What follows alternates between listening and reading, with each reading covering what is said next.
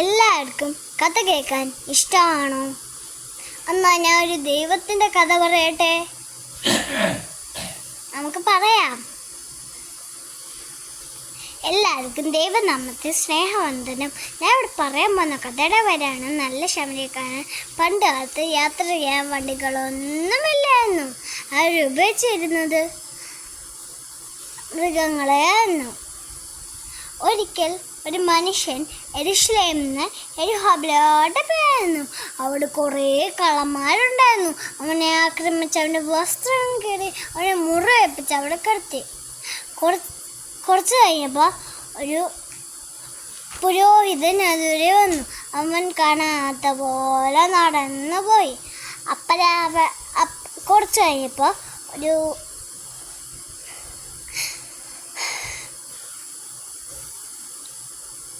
ലേവ്യൻ അതുവരെ വന്നു. അവൻ കാണാത്ത പോലെ നടന്നു പോയി. അപ്പഴാവട്ടെ ഒരു ശമരിക്കാരൻ അതുവരെ വന്നു. അവൻ എൻ്റെ കരുതപ്പുറത്ത് വന്നിറങ്ങി. അവൻ്റെ കയ്യിൽ എണ്ണ വീഞ്ഞു പൊട്ടി അവൻ്റെ മുറിവുകൾ ഉണക്കി.